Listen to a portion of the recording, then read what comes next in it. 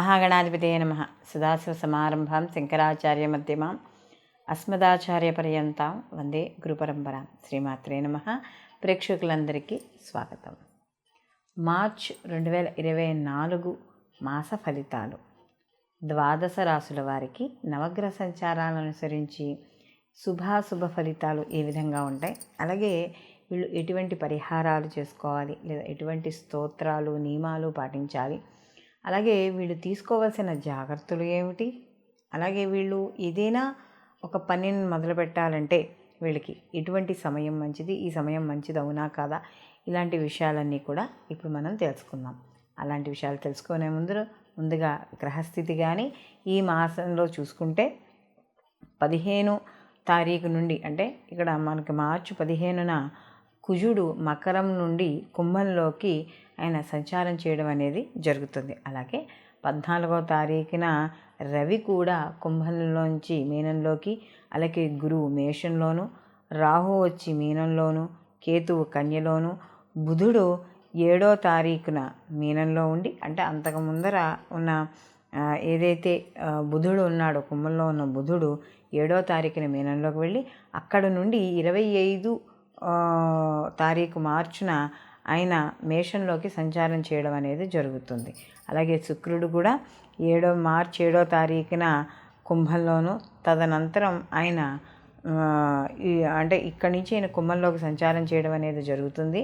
అలాగే ఇక్కడ ఈ చంద్రుడు కూడా స్వాతి నక్షత్రంలో తులారాశితో మొదలయ్యి, అలాగే జ్యేష్ఠ నక్షత్రం వృశ్చిక రాశితో ఈ మాసం అంతా కూడా ఈయన సంచారం చేయడం అనేది జరుగుతుంది. కాబట్టి ఈ నవగ్రహ సంచారాలను అనుసరించి ద్వాదశ రాశుల వారికి ఏ విధంగా ఉంటుంది అనే విషయాన్ని ఇప్పుడు మనం తెలుసుకుందాం. వృశ్చిక రాశిలోకి విశాఖ 4వ పాదము, అనురాధ 1, 2, 3, 4 పాదాలు, జ్యేష్ఠ 1, 2 పాదాలు వృశ్చిక రాశిలోకి వస్తాయి. అయితే రాశ్యాధిపతి అయిన కుజుడు, అలాగే ఈ యొక్క షష్టమాధిపతి అయిన కుజుడు కూడా వీళ్ళకి ఈ తృతీయ స్థానం నుండి చతుర్థ స్థానంలోకి సంచారం చేయడం అనేది జరుగుతుంది. ఇది కూడా 15వ తారీఖు మార్పు చెందడం అనేది జరుగుతుంది. ఇప్పటి వరకు ఏదైతే తృతీయ స్థానంలో కుజుడు ఉన్నాడో, రాశ్యాధిపతి ఉచ్చలో ఉన్నాడో, ఇప్పటి వరకు వీళ్ళు ఏ పని చేసినా కూడా టకటక పూర్తి అవ్వడం ఇలాంటివన్నీ కూడా కనపడుతూ ఉంటాయి. కానీ ఇప్పుడు తర్వాత, అంటే ద్వితీయార్థం తర్వాత కాస్త పనుల్లో ఆలస్యం అనేది కనబడుతుంది. అలాగే ఎవరో వచ్చి చేస్తారనో ఆ ధైర్యం చాలలేకపోవడం వల్ల కావచ్చు, ఎవరి కోసం ఎదురు చూపులు చూడడము ఇలాంటివన్నీ కూడా కనపడుతూ ఉన్నాయి. అలాగే ఇక్కడ ఎప్పుడైతే 15 తర్వాత ఈ మాసంలో ద్వితీయార్థంలో ఇక్కడ ఎప్పుడైతే ఈయన చతుర్థ స్థానంలోకి సంచారం చేస్తాడో అప్పుడు విద్య విషయంలోనూ, అలాగే గృహ సంబంధిత విషయాల్లో వాటిల్లో తప్పనిసరిగా జాగ్రత్త అనేది వహించాలి. అలాగే ఎవరైతే ఈ యొక్క కుజుడికి సంబంధించిన వ్యాపారాలు, ఈ యొక్క కన్స్ట్రక్షన్స్, గవర్నమెంట్ అండర్టేకింగ్లో తీసుకున్న కాంట్రాక్టర్స్ ఎవరైతే వీళ్ళు ఉన్నారో వీళ్ళ ఆరోగ్య విషయాల్లో వాటిల్లో కూడా జాగ్రత్త వహించాలి. అలాగే ఎదురు వాళ్ళతో మాట్లాడేటప్పుడు కూడా కొద్దిగా సహనాన్ని తెచ్చుకొని మాట్లాడడం అనేది ఉత్తమమైన విషయంగా చెప్పవచ్చు. అలాగే రాజకీయ పరంగా వాటి పరంగా కూడా అనుకూలంగా ఉంది. ద్వితీయార్థంలో ఎప్పుడైతే కుజుడు మారుతాడో వీళ్ళకి వాహనాలు, గృహము, స్థలాల విషయాల్లో మాత్రం తప్పనిసరిగా జాగ్రత్త అనేది వహించాలి. అలాగే ఈ యొక్క వృశ్చిక రాశి వాళ్ళకి కానీ చూసుకున్నప్పుడు వీళ్ళకి రుణాలు, లోన్స్ విషయాల్లో, వాటిలో వివాహ విషయాల్లోనూ, రాజకీయ పరంగాను, పాపగ్రహాల సంబంధము ఇవన్నీ ఉన్నాయి. కాబట్టి కాస్త చిన్న చిన్న విషయాల్లో గుర్తింపు లేకపోవడం, లేకపోతే గుర్తించిన మీకు విలువ ఇవ్వలేకపోవడం ఇలాంటివన్నీ కూడా జరుగుతూ ఉంటాయి. కాబట్టి ఇలాంటి విషయాల్లో మాత్రం కాస్త జాగ్రత్త వహిస్తూ ఉండడం అనేది మంచిది. అలాగే ఎవరైతే ఈ యొక్క అప్పుల కోసం ప్రయత్నిస్తున్నారో ఆ అప్పులు వీళ్ళు తెచ్చుకోవడం, అంటే బ్యాంక్స్ ద్వారా కానీ, లేకపోతే వీళ్ళు ఏమైనా గోల్డ్ లోన్స్ పెట్టి తెచ్చుకోవడం కానీ, పర్సనల్ లోన్స్ పెట్టుకోవడం కానీ, ఇలా రకరకాలు ఉంటాయి కదా, వీటిలో ఏదో ఒకటి మీకు సక్సెస్ అవ్వడం అనేది జరుగుతుంది. అలాగే ఇక్కడ ముఖ్యంగా చూసుకున్నప్పుడు కాస్త గుర్తింపు ఏదైతే ఉందో ఆ గుర్తింపుని కోరుకోవడం అనేది జరుగుతుంది. వ్యాపారాలు, నూతన వ్యాపారాలకు సంబంధించి అవి కూడా, వ్యవహారాలు అనేవి కూడా ఎవరికి ఏమీ చెప్పకుండా కాస్త జాగ్రత్తగా ఉండడం అనేది వృశ్చిక రాశి వారికి చెప్పదగ్గ సూచన.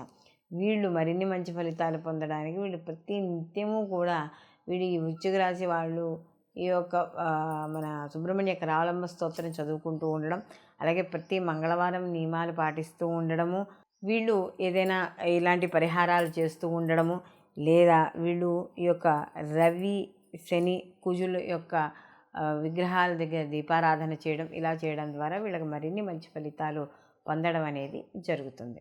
ఇప్పుడు మనం ఈ నవగ్రహ సంచారాలను అనుసరించి ప్రతి రాశికి కూడా వీళ్ళకి శుభాశుభ ఫలితాలు ఏ విధంగా ఉంటాయి అనే విషయాన్ని తెలుసుకుంటున్నాం. అయితే ఇక్కడ ఒక్కొక్క రాశి మీద కొన్ని లక్షల మంది ఆ యొక్క రాశి మీద జన్మించి ఉంటారు. అయితే అందరికీ ఈ విధంగానే ఉంటుందా అని చూసుకుంటే చాలామంది నన్ను అడిగిన ప్రశ్నలు అంటే కొన్ని కామెంట్స్లో పెట్టినప్పుడు కానీ మనకేమవుతుందంటే, మీరు బాగుంది అని చెప్తున్నారు, మాకేమో ఇక్కడ బాగాలేదని, కొంతమంది మీరు బాగాలేదంటున్నారు ఎందుకు ఇలా బాగాలేదు అని, కొంతమంది ఇలా అంటే మనం చెప్పిన దానికి కొంత వాళ్ళు బాగుందని, వాళ్ళకి బాగాలేదన్న వాళ్ళు బాగుందని ఇలా తీసుకుంటున్నారు.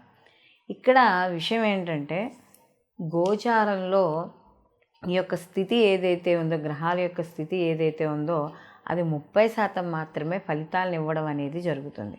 మిగతా 40 నుంచి 50% పుట్టిన జనన సమయానికి అప్పుడు ఉన్న గ్రహస్థితి ఏ విధంగా ఉంటుందో దాని మీద ఆధారపడి ఉండడం అనేది జరుగుతుంది. కాబట్టి ఇక్కడ మన జన్మ జాతకంతో పాటుగా గోచార ఫలితాలు కూడా మనం పరిగణనలోకి తీసుకోవాలి.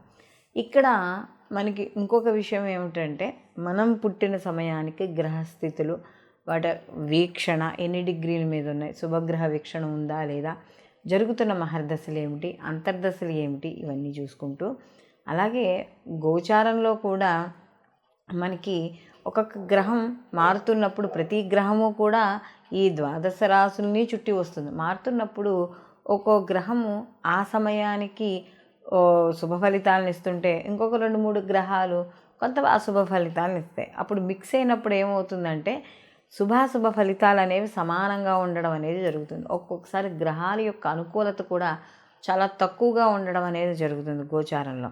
కాబట్టి మనకి ఈ యొక్క జన్మజాతక ఫలితాలను కూడా పరిగణనలోకి తీసుకున్నప్పుడు మాత్రమే పూర్తి రిజల్ట్ అనేది రావడం జరుగుతుంది. కాబట్టి ఏదైనా ఒక ముఖ్యమైన పనులు చేపట్టేటప్పుడు, అది అలాగే వివాహం కావచ్చు, లేకపోతే ఏదైనా వ్యాపారం కావచ్చు, ఏదైనా జీవితంలో ఒక మంచి నిర్ణయం తీసుకునే టైం అంటే ఒక మంచి చేంజ్ రావాలనుకుని మనం ఏదైనా నిర్ణయాలు తీసుకునేటప్పుడు ఓన్లీ గోచార ఫలితాలనే బేస్ చేసుకోకుండా జన్మజాతకంలో పుట్టిన సమయం అది ఉంటుంది కదా, డే టు టైము, అలా లేని వాళ్ళు కనీసం వాళ్ళ యొక్క నామ బలంతోనైనా అంటే వాళ్ళ యొక్క పేరు బలంతోనైనా సరే చూపించుకుని, దగ్గరలో మీకు తెలిసిన దైవజ్ఞులు ఎవరైనా ఉంటే, జ్యోతిషులు ఉంటే వాళ్ళకి చూపించుకుని అప్పుడు నిర్ణయాలు తీసుకోవడం అనేది మంచిది. ఓన్లీ గోచార ఫలితాలను మాత్రమే బేస్ చేసుకుని కొత్తగా మార్పులు అవేమి తీసుకోవడం అనేది అంత కరెక్ట్ కాదు.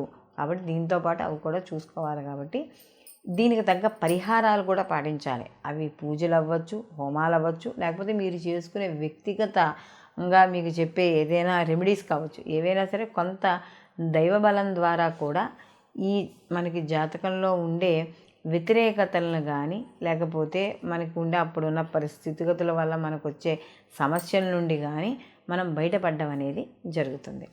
సర్వేజన సుఖినో భవంతు, లోక సంస్థ సుఖినో భవంతు.